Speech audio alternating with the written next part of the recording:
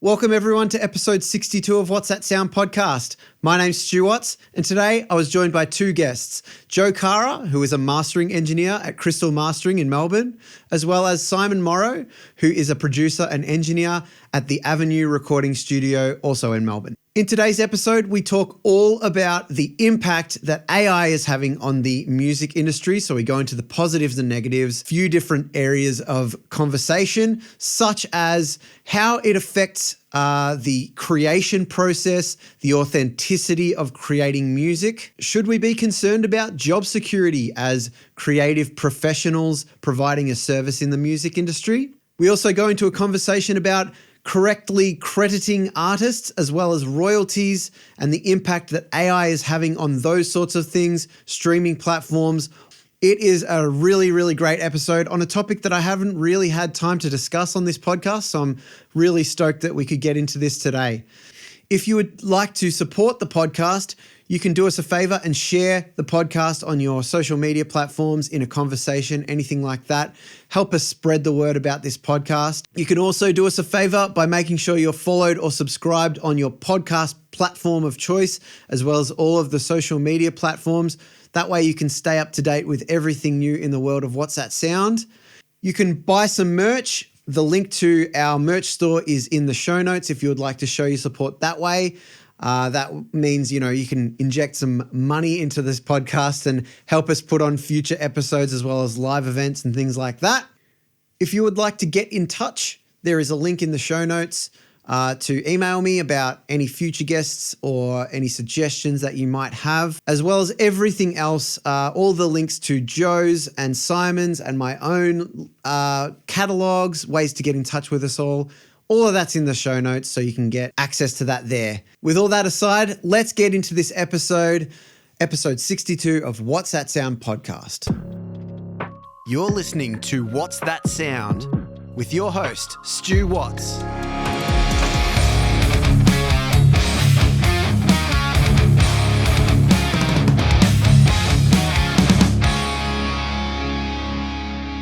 What's going on, everyone? Today is a very special episode. I have two guests. This has only ever happened once before, and we're going to dive into a really, really fascinating topic. If you skipped the intro, which I hope you didn't, this is going to be all about AI and the effects of AI on the music community. And here to join me today, I've got two absolute legends. They've been on the podcast before. We've got Joe Carra and Simon Moro. So Joe and Simon, welcome to the podcast today.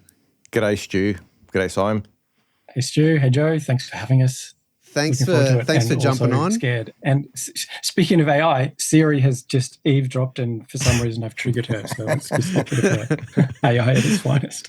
It's unavoidable, I think, at this stage. Well, this kind of came about because Joe, you gave me a ring and explained to me a bit of an experience that you had recently. So do you want to just kick us off with that story? Yeah, I thought it was interesting, so I thought I'd share it with you. So I rocked up to my supermarket and parked the car, and right next to me a client pulled up. This happened a few weeks ago, and he kind of bailed me up and said, "G'day, Joe, and I want to show you my new album." And I was like, "Oh, okay."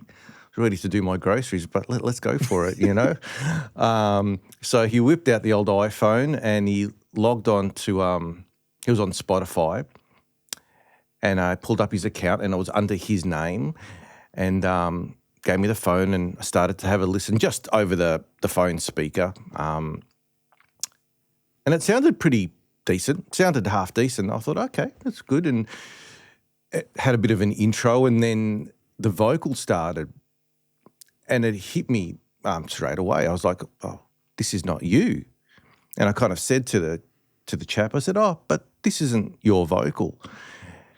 And he then very proudly announced, "Oh no, this is a complete AI production." And okay. I kept listening, and I guess a couple of things struck me. I mean, overall it was decent. The production sounded okay. It was kind of like a country or Western style thing, very low down guitar, and it all sounded pretty kosher. But I guess I was a little bit taken back with the whole premise, the concept of it, that it wasn't him, and he was very unashamedly proud of it, I guess. And I thought, oh, is this where we're at the moment? And then I had a little bit of a conversation with him, and he said, oh, no, but it's all my lyrics. And I thought, okay, well, that's good that there's some input there from you as a creative. So it was his lyrics, but the vocal was very different. The AI-generated vocal was very different from him. I'll be quite honest, it was a better vocal in terms of, because I'm familiar with his work, I've worked with him, just the range, it was just, a very broad range. But the timbre and the tone and the whole, it just wasn't him. It was a stranger singing on there. And I kind of said to him, how do you feel about when you gig? Because he does a lot of gigging. And I said, when you gig and people listen to this and it's clearly not you, how do you feel about them logging onto your, listening to you off I think it was Spotify at the time. I said, it's not going to be you. And look, he just didn't seem very fussed about it. And I just kind of, I guess I was a little bit rattled by it. I thought, is this where we are at 2025, where people are kind of entering a couple of prompts? Because I did quiz him a little bit about the whole production, and I think he used Suno, and he literally, he was once again very proud at the fact that he had only entered like 2 prompts to generate it, and he generated a whole album within, I think it was under 60 seconds. And it did leave me a little bit kind of, well, it made me think. It made me think the whole weekend, and that's why I gave you a buzz. I thought, is this where we are? And let's have a conversation about it, because I think there's a lot to unpack within that little experience that I had. Mm. Simon, do you have any experience with anyone that's used it, or have you yourself dabbled with it at all? Yeah, so this topic could go in so many different directions, because obviously this conversation is the specific impacts on music, but there's also the global impacts of AI. And in both the context of our industry and the planet, I can see total chaos and also utopia. So it's tricky to know where to go in this. So I think maybe some of the things that, we could talk about optimistic, positive things, and we can talk about pessimistic, depressing things. Maybe that's something we can cover over the course of this. But I will tell you about my first experience hearing AI-generated music that had an impact on me. So prior to that, which I'll get to in a sec, I'd heard AI-generated music by Google. It was their it was like a sandbox thing, just an experiment. And I listened to it, and it sounded totally unusable, completely unusable for people like us. But it was an interesting sort of experiment. And I think the way that they did it, and this might be something that Suno and those companies do, or they would have built upon it. But for those of you who don't understand how certainly the initial AI music generation started, they converted music, so audio files, they converted songs to spectrographic images and then tagged them based on the music. And as we know, AI is great at generating images.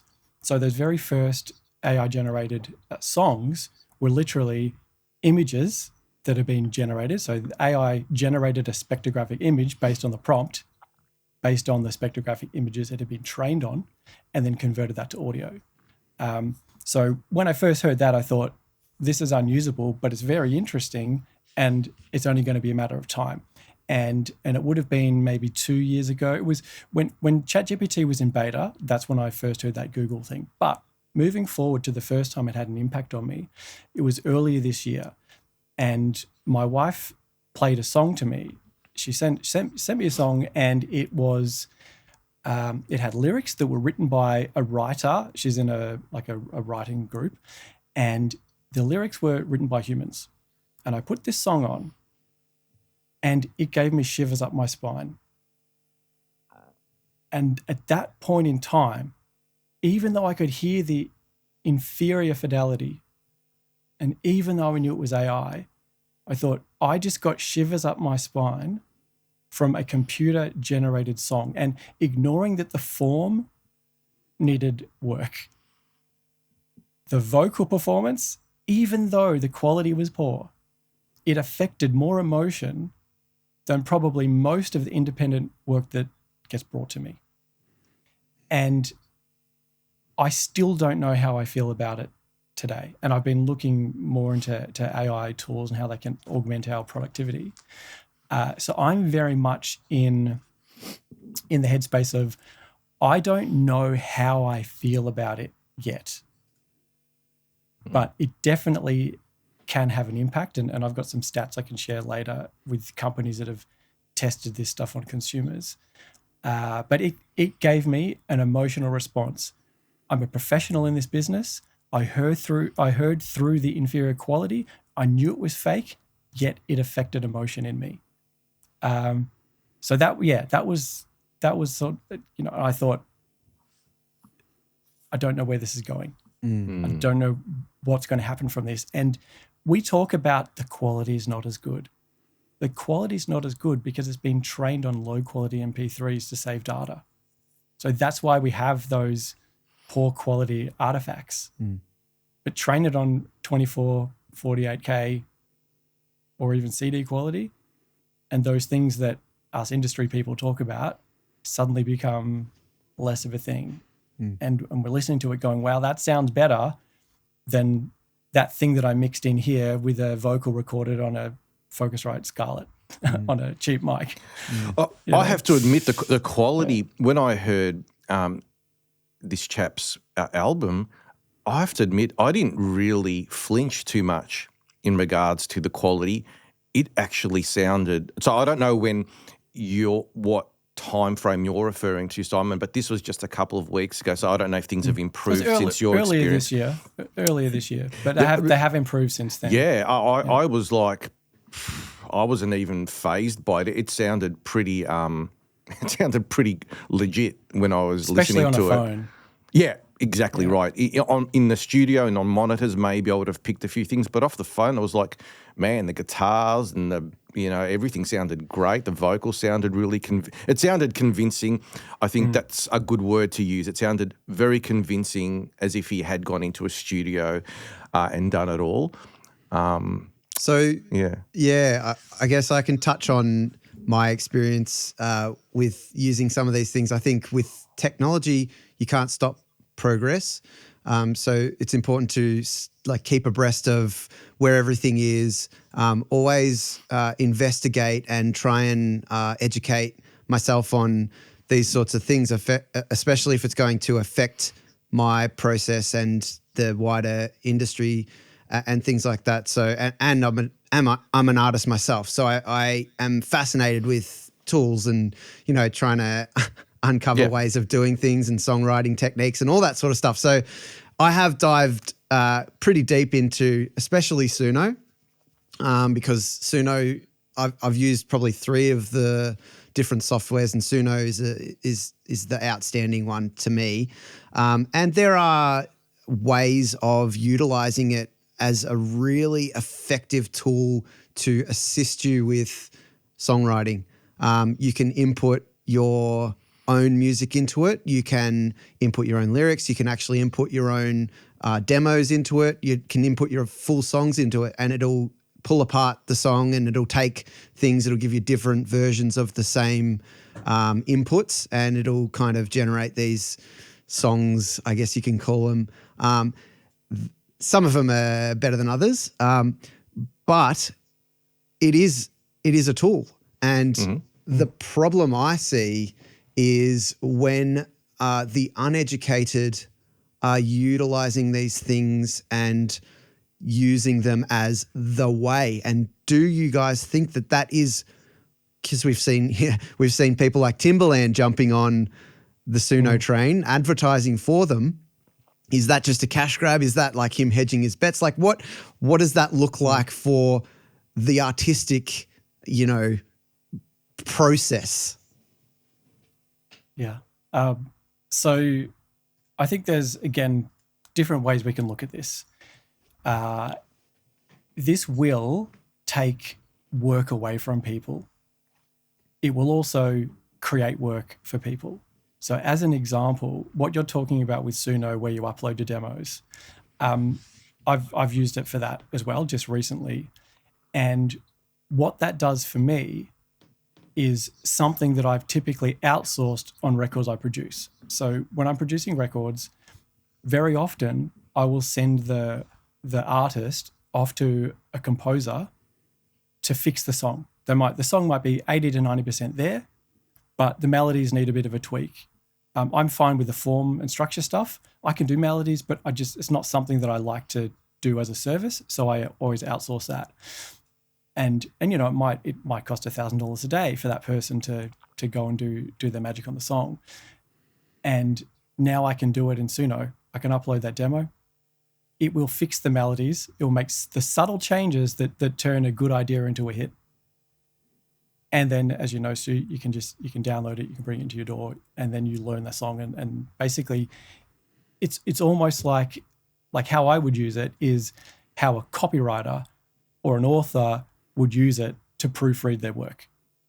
So you should still be doing 90% of the work, and then just saying, "Hey, look, can you just give it a tweak, give it that compositional polish, and then we'll take it from here, and redo everything." So I think that there's not, provided an artist brings a really strong idea to me, there's not a lot of incentive for me now to pay somebody to sort of do that last touch of the song, because I can fix the forms. Like if they, cool, that melody, that phrasing, that's been tweaked beautifully, those subtle changes make it, radio, that sounds like a hit now. And then I can do the rest. Cut that first, that 8-minute chorus in half, because it's done like a silly, like the structures are all over the place. Yeah. But the composition is trained on hit songs. So people will lose money. But what's the upside? The upside is that the song is actually going to be better. And I'm still hiring session players. I'm still hiring engineers. I'm still hiring studios. We're still, hiring arrangers to do string arrangements. So from my perspective, people like us can use it, as you're saying, like as a tool to augment our work. But it does come at the cost of that which used to be outsourced. So I think as it currently stands, I feel less threatened by these tools, because right now there isn't a robot that can set up a microphone and coach an emotional performance out of a singer. So they still need me to do that. And they still need me to book the session players that they might want. But maybe there'll come a time when all they'll need me to do is set up that microphone.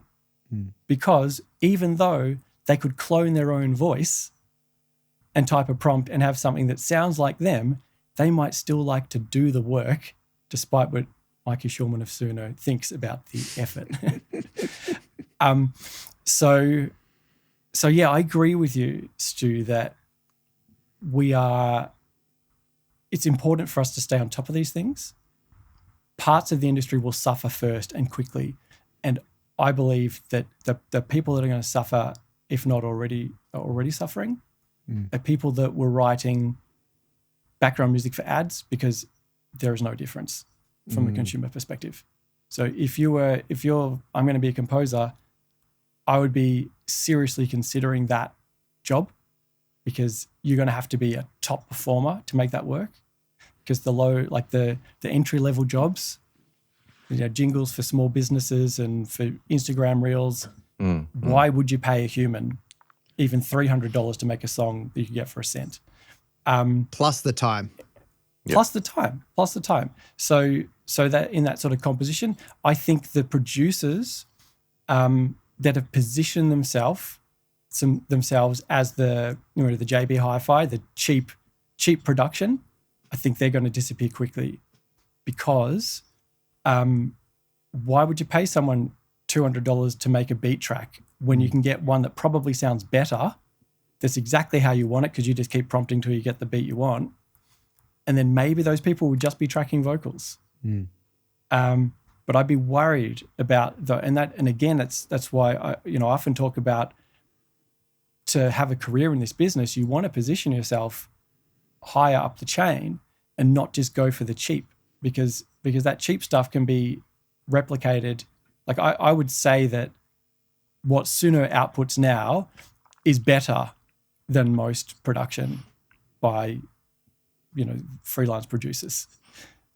It's very, very good, and that's kind of scary. But it means we have to work harder to be better, and we have to offer something better. I think professionals like yourself, Simon and Stu, I think we'll all definitely find a way to use AI productively as a tool. And I, have no issue with that. I think the elephant in the room, though, is that people will want to use it as the entire tool, as the complete process.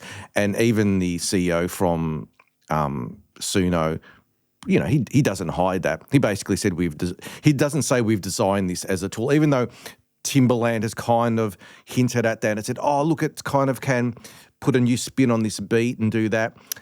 I kind of feel they're hiding behind that a little bit. It's a tool, but I think their intention, and as I said, the CEO came out and said, we want this to replace the music making process because apparently musicians don't like making music, which in itself is a ridiculous statement because the musicians I know and have worked with for 30 years love the process. Very few don't like the process.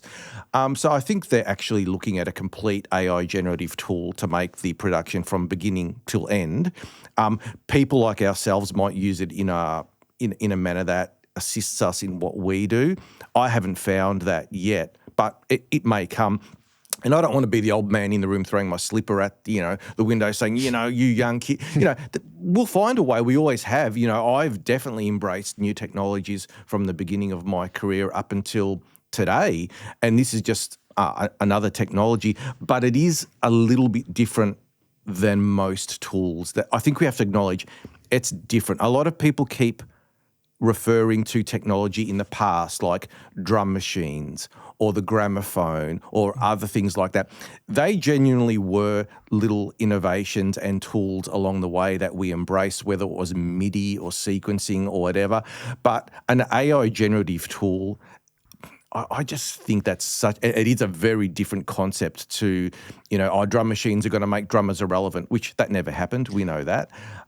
It's a very different kettle of fish we're talking about now. Well, what I was going to bring up with you is, I think we've seen for the most part over the past 5 years, a lot of programs or softwares masquerading as AI, and to do with mastering especially, there's been a lot of those sorts of tools that have said that sort of thing in the past, and really now they are coming into play as actually being AI. And so I think you yourself probably would have had a lot more experience with things claiming that they're going to take over, in mastering especially. So can you talk to that a bit? Yeah, mastering was the first hit. That was the first part of the process that got hit. So this is, this is almost a positive part of the conversation, all right? LAMDA, which is the most popular form of AI online mastering, let me tell you this, it's been around for 11 years. A lot of people don't realise that. It hasn't just been like 12 months or a few years. It's been around for over a decade. I have never been busier than the last decade. Most mastering engineers I know have never been busier. So people shouldn't freak out. Good producers, good engineers, people that are good at what they do and are good at connecting with people, don't panic. This conversation is not about, oh my gosh, it's the end of the world, because my career should have been over 11 years ago, because AI mastering, it's very good at analysing the entire Spotify catalogue and you saying, oh, I want a pop master, and it being able to impose its fingerprint on your mix. so in theory, every mastering engineer should be out of a job, but we're not. So I think if you're good at what you do and you're providing a valuable service to your clientele, I think you shouldn't be freaking out too much. That's the takeaway that I would say to people. Don't freak out too much. Definitely keep your eye on the ball, and I've been keeping my eye. This is crazy, I have a Lander account. Right, as a master, I have an account because I like to feed it once in a while really tricky masters that I get, and I'm like, I wonder what it would do. And I do this just to amuse myself because I'm a nerd. And you know, I'm generally kind of horrified. I'm not horrified, but I'm generally pleased what I get back because my masters generally sound a lot better than what the AI is doing at the moment. The AI never goes in the wrong direction. Don't get me wrong. It never kind of goes really to askew, but I find that what I'm doing with masters is generally a lot better. But, you know, I need to keep on top of it. I'm interested to know what it does. Isotope does similar stuff that's built in to it. So it's interesting to know what they do, but I think if you keep practicing your craft and you keep servicing your clients, because there's a lot to production, mastering, recording. Clients want, you know, a lot of A-grade clients want that human connection, and they do expect a lot more from the service than just the basic send it to AI, get something back. All right, so that's not what I do, you know. Sometimes it can be as simple as that. Someone emails me a track and says, Joe, we want this mastered. I master it and send it back. But so many times there's all of these steps in between. There's the consultation. I'm giving them advice on how I think they could structure the mix a bit better because there could be issues. I might refer them to another engineer. Then I do vinyl mastering for them. They send me the test pressing. I approve the test pressing. They want Dolby Atmos masters. I get their stems and do. So there's a lot of high-touch stuff that I do with clients. And most of my clients... well, that's where I've positioned myself in the industry, someone that can do, I guess, a lot for their clients. And I think you have to find value where you can add value to your clients, so to speak. And most of the pros I know add heaps of value to the client projects that come through the door. But yeah, my thing is don't be alarmed because AI mastering's been around for 11 years and I'm still here for a couple more weeks, I think. Yeah. So... yeah. I've got a few records I needed to do this year, so yeah, don't cool, mate. Pack up shop just yet, please. Simon, please. I was just brainstorming off that you never being busier, Joe. So I was working at Manny's Musical Instruments back in the early 2000s, and that was sort of the turning point of consumer access to pro audio really starting to take off.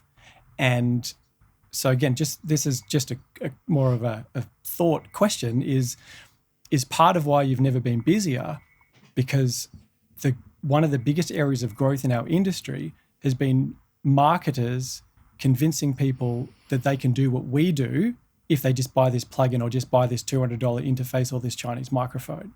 So the barrier to entry for the last 25 years has been getting lower and lower and lower and lower, but those people have still needed experts like us to mix for them or master for them. And now most of the time our key clients are above those sort of entry level enthusiasts, but right. I still work with artists. Like I see myself as someone to provide a service. And if someone comes to me with a good attitude and a decent enough idea and the budget to do it well, I'm not going to turn them away because I wouldn't want it on my show reel. It's like, if I can make this person create something that they are so proud of that they did not believe, then that's a good thing for the world. Yep. But there are a lot of people that would just be doing it all at home and needing a master. And with AI, I think that's going, like, I can tell you that even without AI, just with cost of living over the last 2 years, I have regular clients that are now doing it all themselves. They're saying, I wish I could come and mix it with you, but I just can't afford it. So I'm trying to learn to do it myself. Yep. And they might still pay for you to master it, Joe. In fact, there are clients that we have that come to mind in this particular context. I won't name them. So it's only a matter of time before they actually say, do you know what? I need to buy bread and I'm just going to do the AI master. And again, I don't want to be pessimistic about this because they're not the only clients. It just means that we have to, as you said, we have to give an experience that a computer can't. Yep. And this is one of the reasons why, once I discovered the difference between working in high-end commercial facilities with top-end session players, once I discovered the difference between that and, doing it all in my bedroom studio or little project studios, I decided I only ever wanted to work at that level because aside from the ease at which you can make a great sounding record with those ingredients, I'm giving the artist a memory. When they're 70, they can remember the time they walked into that big studio in front of the SSL, and they can remember that time they had world-class session players playing their music. And that is not an experience I was able to give them when they were coming over to the granny flat out the back of my parents' place and I had a Pro Tools HD rig in the corner and we were programming drum. Like, it's a different experience. So if we are just selling tracks, we'll become irrelevant. And we should, because what value are we giving? But as you said, and I know both of you are great at this, the service, the customer experience, the memories, that is not replaceable yet. Maybe it will be with augmented reality. Yeah. But for now, I think that's the focus. We should use any fear as incentive to get better at what we do and deliver more value. So this is sort of what I meant at the beginning. Like, you can be pessimistic, you can be optimistic. I think it's always going to be better to be optimistic but cautious. So, like you were saying, Stu, just in always investigating these tools. Yeah. Is there anything that I need to bring into my toolbox? Is there anything I need to be concerned about? So again, you can probably tell I have total mixed feelings. I think a lot of us do. No, I think a lot of us do. I certainly was very fearful a decade ago when Lander came out. I was extremely concerned about it. And then over the years I don't even give it a second thought. I have so much feedback from clients about the business and the service that I offer them. They wouldn't.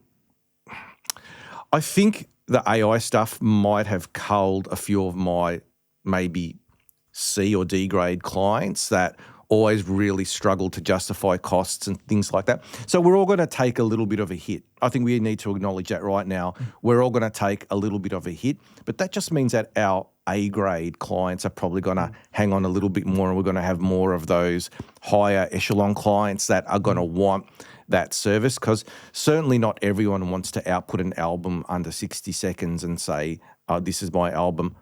A lot of people want to go through that journey, writing it, workshopping it with a producer, Humans love to collaborate, That's and I think what we love to do. This is a big point for me, is like, having experienced some of those tools and stuff, like, they do tend to output a lot of the same thing because it's using the same generative tools, and it's trained on these specific songs. Like, I've particularly noticed that when it does a chorus or something, it likes to have a tagline as like, it does like a 4-bar thing, and then it does a half bar with the tagline. So like, that's just one example of something that it tends to do all the time. So the concern for a lot of people might be that it, might make like this homogenization of music. Like, it might tend to make things all sound the same. And I think that is to your point of us as specialists.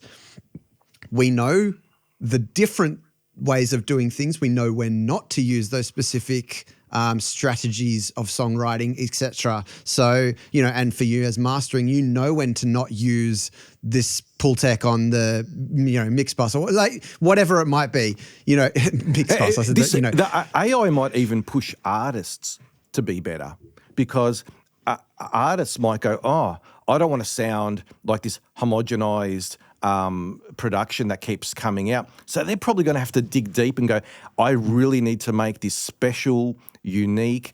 And look, I have three teenagers at home. They can already spot it better than me. They're already like, Dad, this sucks. They can hear it. I don't know how they're hearing it. I think I'm picking up, and I think as professionals, we're all going to start to pick up the little nuances of AI production and go, oh, that's... But the younger generation are picking it up straight away, and there's actually a really uncool factor with all of this AI stuff. They're really pushing back and don't like it, and they're really searching for that authentic human connection. They're going out to see gigs. If you're AI... and you can't perform that at a gig, I'm sorry, I think you're in for a bit of a surprise. Fans aren't going to really be loving you too much. If you've got a perfectly tuned vocal and then, and who wants a perfectly tuned vocal anyway? So I'll give you an example too of where AI can get it wrong. I did a production a couple of months ago. It was very dark. It was very moody but the vocal was quite bright. And I heard it. And in instances like this, you can go two ways. You can go, oh, the backing is too dull. I need to call the producer because it's just way too dark and the vocal is too bright. And by the time I brighten it up, the vocal now is going to be way too sibilant, way too bright. So when you have those really big tonal contradictions between productions, it can be an issue. But I heard this production and I'm like, I can hear that the producer has made it really dark and he wants the vocal to carry the brightness and the presence of the track. And so I kind of respected that. I worked around that, gave it back to them. Everyone loved it. I threw that album into Lander just for shits and giggles to see what it would do. And it completely just did mastering by the numbers. It freaked out and said, oh, it's too dull. Let's brighten everything up. And it sounded good when the music was there, but then the vocal kicks in and it was so bright and harsh and sibilant. So it doesn't have that human understanding about music and emotion. And so it's really doing it by the numbers is what I'm saying. It can't compete. If I had given the client back that AI master, they would have spewed. They would have freaked out. The and the producer would have freaked out. It would have butchered it. So I think as humans, we have a lot to offer. So don't freak out. We've still got the upper hand for the next 48 hours, maybe. Putting another positive spin on it, I often have work from client those that we might say like from a label's perspective, a C&D grade client. And they need me to make the record come to life, and they've got the money to do it, but they also had the ability to capture their ideas. Now, there could be lots of people that do not have the ability to capture their ideas that have, moved away from music, had a 20-year career, and now they've got that calling, and they might be able to spend $100,000 on a record. And now they'll generate it with AI and then call one of us and say, hey, can we now record this properly? So positive spins is that those people that have the money to pay for the production but didn't have the ability to even get a Focusrite Scarlett and do a demo in GarageBand can now demo up an entire album that's compositionally pretty darn good and then pay us to record it properly with them in the room experiencing it.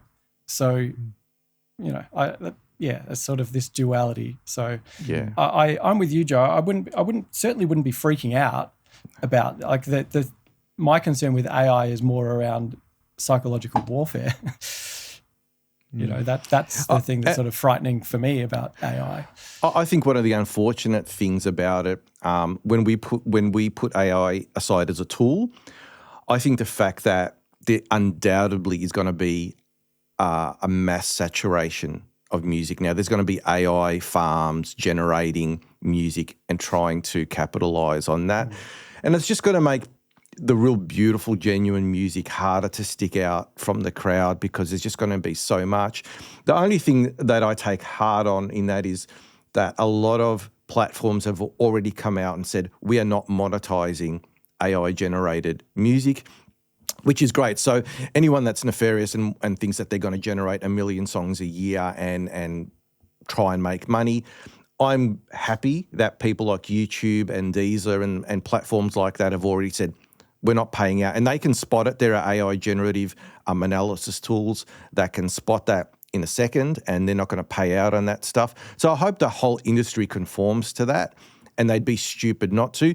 The downside to that is that the services themselves, like Spotify and so forth, they probably will generate their own content, unfortunately.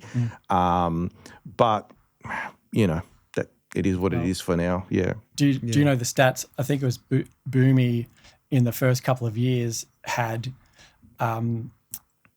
basically the equivalent of about 13% of the entire recorded music history. They generated 13% of that in the first 2 years. Wow. So, and I think Spotify, Deezer, etc. They're saying that 10% of the daily uploads is AI generated. Wow. So we're already looking at probably more than 15%. Probably way more. Yeah. If that was just Boomy that did 13% in 2 years, it's just this saturation of and unfortunately, when we have companies like Spotify that are quite clearly profit based, like there's not a single artistic piece in that CEO's mind. It's entirely about money. They will continue to put AI generated songs into their playlists and reduce the royalty payout. And I mean, the royalty payout is also a joke because the only people that it actually makes a difference to are the people that are getting billions of streams. Yeah. So I that's the problem when it's a pool based system, and Spotify is based on the payout of having the whole piece of the pie, and it distributes based on how many streams people get, and so that's exactly where that problem exists. And I think that's obviously something that a few of the other music providers have changed, where it's paid based on this person gets a play, therefore they get the royalty, which is how it always should have been. And it blows my mind to think that was otherwise. And, that's a whole big thing. But the other problem that we haven't yet touched on is crediting. And that's such a massive part of, us as professional service providers. We can generate new clients by the work that we do and our credits on our names on things. And, what do we have to do to ensure this sort of stuff gets talked about more, apart from doing podcasts like this? Who wants to take the floor there? I did a little bit of a case study with MPEG on this. I mean, it wasn't official. It was just something I kind of did in the background. I was speaking to Anna about credits and things like that. And it does suck. Like the streaming services really suck. And what I did is I traced 3 different projects from producers and traced there was one from an independent producer, I think a couple from an independent producer, and one from a major record label release that I worked on. And we traced the metadata. So we said to them, right, you need to enter the metadata. Let's see where the chain breaks down. And this independent producer was very thorough with his credits. He entered them all the way through, right up until the digital distribution stage. And then the digital distributors decided what they wanted to strip out and what they didn't. And a lot of the major ones stripped out 95% of the credit information. Maybe the mixer got on a couple, but certainly people like mastering, performers, arrangers, that all got stripped out. Mixers never get credited, apart from on discography websites, like All Music or Discogs. But that But is what was disturbing user-generated was anyway. Yeah, but what was disturbing was the major labels we traced that project to, and the major labels filled out all of their spreadsheets and documents and everything right up until the end. And even that stuff didn't get a lot of credits pushed all the way through.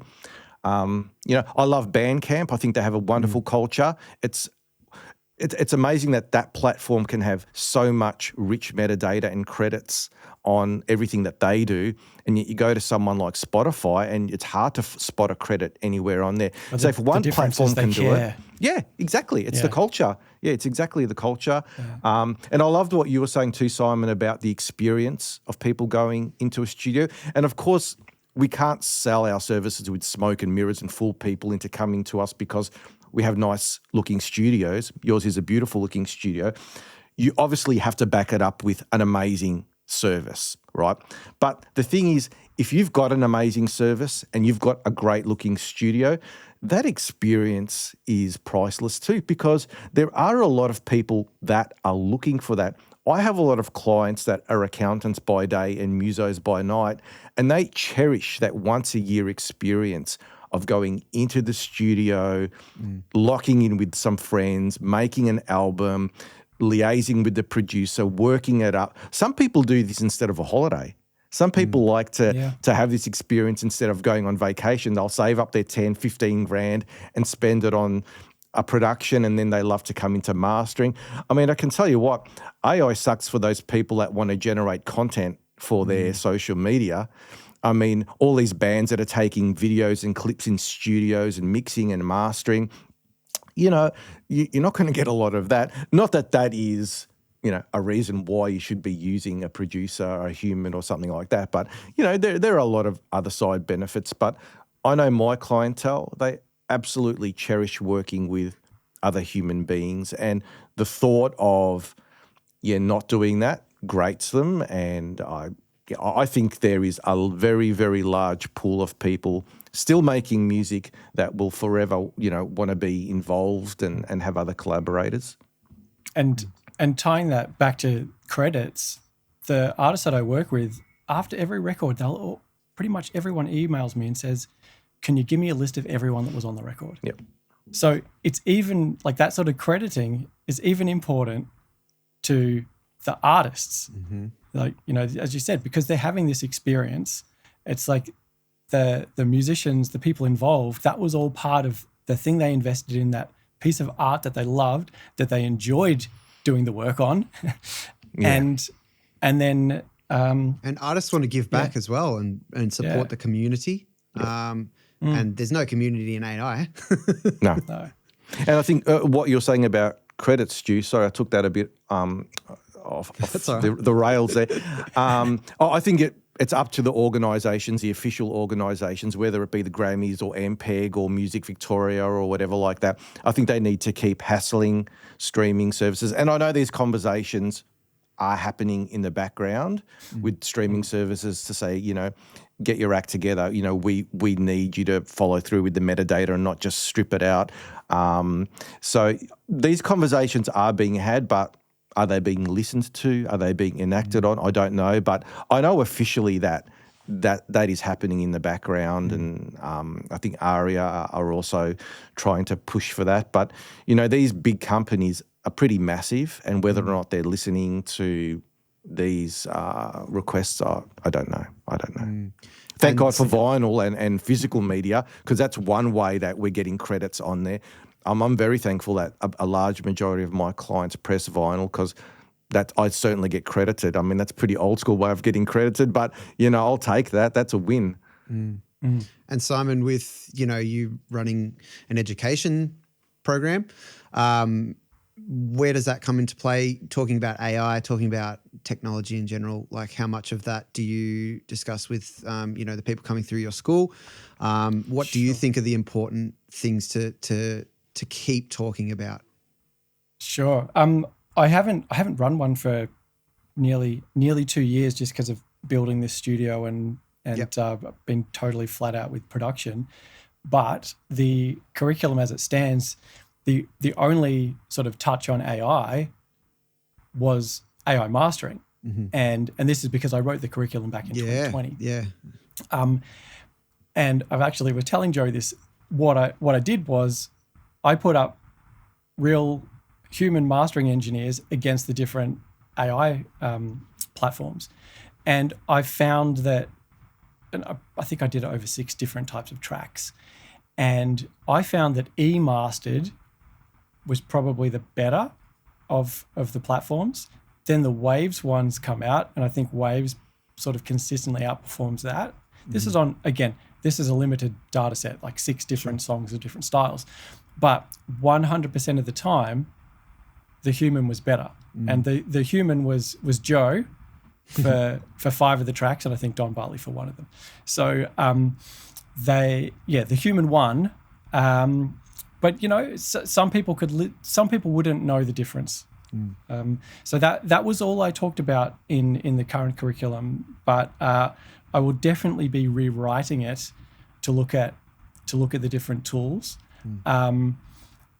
If we're talking about positive things in AI, I think some of the AI or machine learning plugins, like Waves have one, Curves Equator and Curves AQ. And I actually find them to be quite helpful because very quickly I can get to a tonal shape that might have taken me multiple different plugins, spectrum analyzers and dynamic EQ or multiband compression. And it can get me there quicker. And the benefit in getting somewhere faster is it allows you to stay in the creative headspace. So it allows you to stay in right brain hemisphere and feel the music.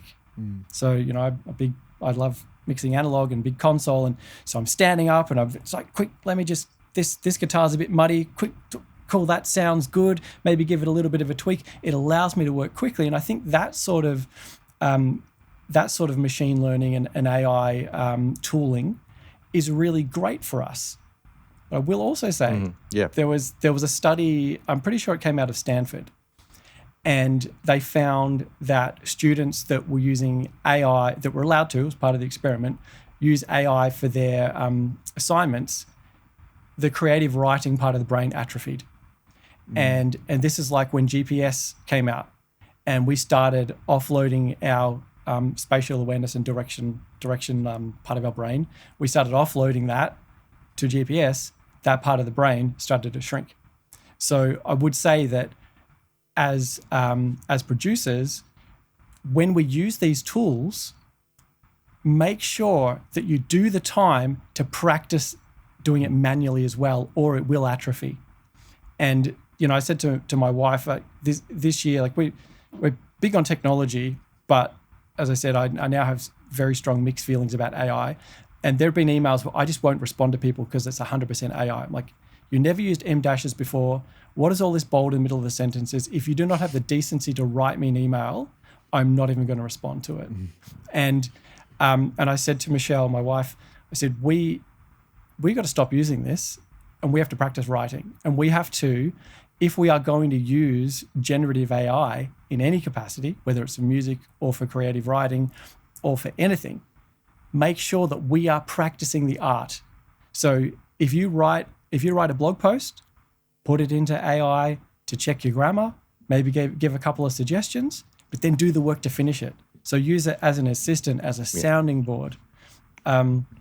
So that's the sort of stuff that I will be putting into the curriculum, how we can use these tools to augment without atrophying the parts of our brain that we need to be experts with. I can give you a positive story about AI. I misspoke before when I said I hadn't found a use for it. I did. That was a few months ago. That's why I'd forgotten. I had an album come in, and this was a case where I needed to make – this was a tonal imbalance situation where the music was extremely dull and the vocal was very bright.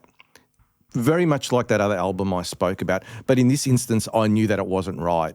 This was kind of a hip-hop album and it needed the crunch brought back in and presence, and it just didn't sound good being a dull beat and backing with the vocal. So reached back to the artist and I said, look, before I master this, do you want to reduce the brightness on that vocal, maybe use a DSR and bring it in more in line with the tonality of the instrumental so that when I brighten it all, it's all going to uniformly sound really bright. They loved the idea, but they said, we can't do it because our engineer has gone away. We don't have access to it. We're desperate to get this out. What can we do? I wasn't too sure. I used an AI splitter. I know this might be a little bit controversial in mastering, but I tried it. And have you still got me? Because I kind of frozen on my end. I'm just looking at myself. So what I did is I used an AI splitter, and I mastered the instrumental separately. I then adjusted the tonality of the vocal so it was more in line with the instrumental. I blended it back. I gave it to the artist. They were wrapped. They were absolutely wrapped.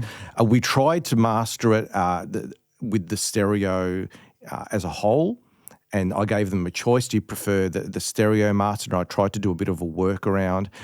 But, yeah, they eventually liked that. So I don't know. That's one case where it worked extremely well for me, and, yeah, I was quite pleased with that. We got your visuals back now. I think one thing that brings me like comfort is there's always going to be people that are wanting to take shortcuts.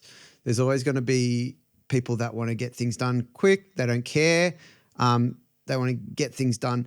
Then on the complete opposite side, we've already talked about this, but there are the people that are really wanting to seek excellence and get the utmost best, know that they've given their best, gotten into the process of creating something that means something to them, and that they've done everything that they can to be authentic and true to themselves while seeking something that is special and amazing that they're not going to get anywhere else. And so that really is just something that gives me comfort. And if we can make a promise to ourselves as producers and engineers that we are always going to do the absolute best that we possibly can, keep getting better at what we do, but also, like I was saying before, is educating our clients on best practices and things like not shying away from using these things as tools and stuff like that. But, trying to improve the standards of the industry. And, I know that I've had individual conversations with both of you about this exact topic. So it is clearly important to both of you as well as it is to me. So I think that that's something that we can do as individuals to keep trying to make a better world for ourselves and for our clients as well. Yeah. Excellent, Stu. How many clients, how many musicians do we work with that will want zero connection with their production? Not many. Not many of my good clients want zero production input. The fact that you can click a mouse button, enter 2 prompts and become a prompt artist. I don't think a lot of that's actually a term. That's sickening. I heard that the other day. But our clients, I know my good clients, they shudder at that thought of having zero connection. They love the writing and collaborative process, and the fact that they're going to pour their heart out and pen out an album and write the lyrics and all of that stuff, and then not want any involvement with producing and recording and mixing and mastering, that's, is blasphemous to most people that I know of. And thank God for that, because I think if, that kind of generative art is like me going into Midjourney, prompting it with 3 prompts, printing out 10 high-quality images at my local printer, and then going to a gallery and saying, I want to show in because I've made art. I don't think a lot of people want to do that. I think a lot of people want to put, the brush to the canvas and really get into it. Yeah. So, it's not all doom and gloom as far as I'm concerned. Yeah, I agree. I think, and what Stu said at the beginning, if we use them as tools, then they will be superpowers for us. Yep. And, if the thing is that sometimes effort is great. We want to do walking away from something because it's too hard or because you're being lazy. I think that's a bad thing. I always say, like, you don't want laziness to get in the way of a good record. If this thing that it's going to take extra time is going to make the record better, do it. Yep. But at the same time, if I can get the same result with less effort and then redirect that energy to something else, that's also a great thing. Yep. So if we can use these as tools to supercharge our expertise, and remembering that our clients are not experts in this. So they might be using the AI tools, but they can still use our advice to guide them. If the form's wrong, you could actually do it in a better key for your voice so that when you sing it live, it's going to, so we can, we become possibly in some ways more important and to potentially more clients. But I think that's it. It's about using them as a tool, making sure we practice our art. And I know that these tools are going to make my records better when I use them as a tool than before they existed. And that's the bit I don't know how I feel about. Like, gee, this has just made that demo compositionally so much better. Now I'm making a better record for them. Yep. Yep. Well, this has been awesome. I've really enjoyed kind of like unpacking this a bit more. I haven't really had a chance to talk to many people on the podcast about this topic specifically. Like, we might have touched on it here and there. So it's been really good to unpack it with the both of you. I guess, do either of you have any final thoughts that maybe we haven't touched on or anything like that, or any final any bits of advice or anything like that you want to impart? This was just a thought. Like, people talk about the issue of copyright with generative AI, and they say, well, look, it's trained on all of our music, so we want royalties. And again, I'm not taking a position either way on this, but I will say that it's kind of no different from what we as artists and labels have been doing since the beginning of the industry, which is saying, I want you to make a song that sounds like that hit song, but different enough so that we can't get sued. It's exactly the same, but the difference is effort. One requires a sentence, the other requires a whole team of people to make the song. So, when it comes to that sort of copyright issue, it's an interesting one. Again, I said, I'm not taking a position either way, but what is the difference between an agency saying, I want you to make a song that sounds like Coldplay Fix You, but different enough so we can't get sued, versus them typing in, because we will do it. Like, as a team of people, we can do a sound alike. That's why there's the term. So that was just something I guess we hadn't spoken about that I find sort of interesting.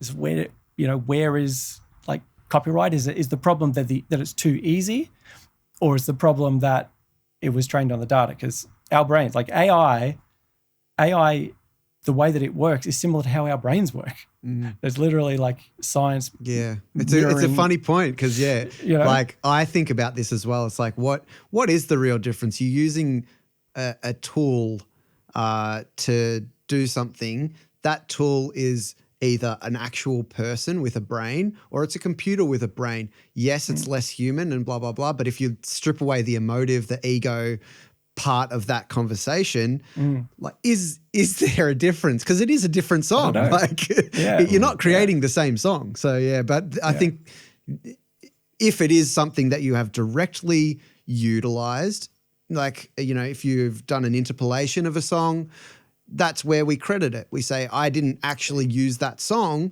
but I re-recorded it with my own guitar and I've done my version of it in my song. So I think it's important to still point that out if it has been done and it has been done. 100%. Yeah. And I think that's it, because the major labels that were doing it, because that's how you sell records. You make something that's familiar, it's already worked, people already like it, but they do credit the original writer. Yeah.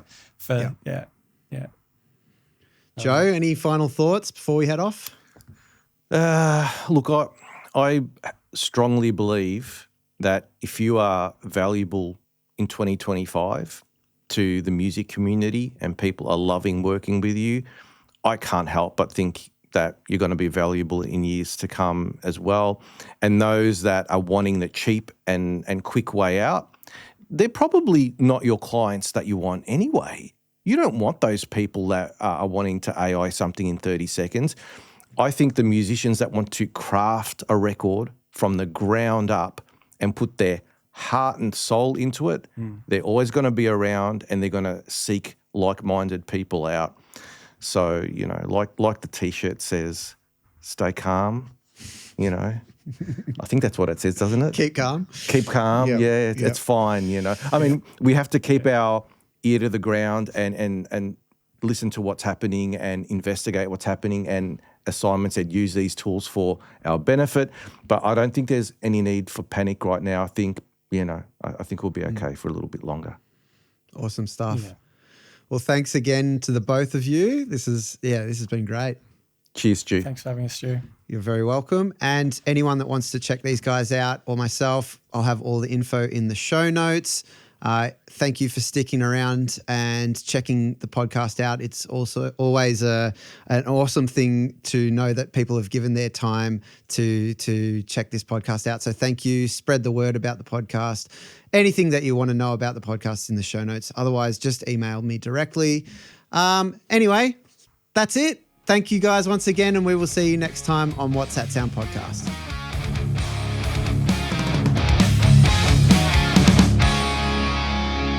Thanks for listening to What's That Sound. Make sure you hit follow or subscribe on your podcast platform to stay up to date with each new episode. We'll catch you next time.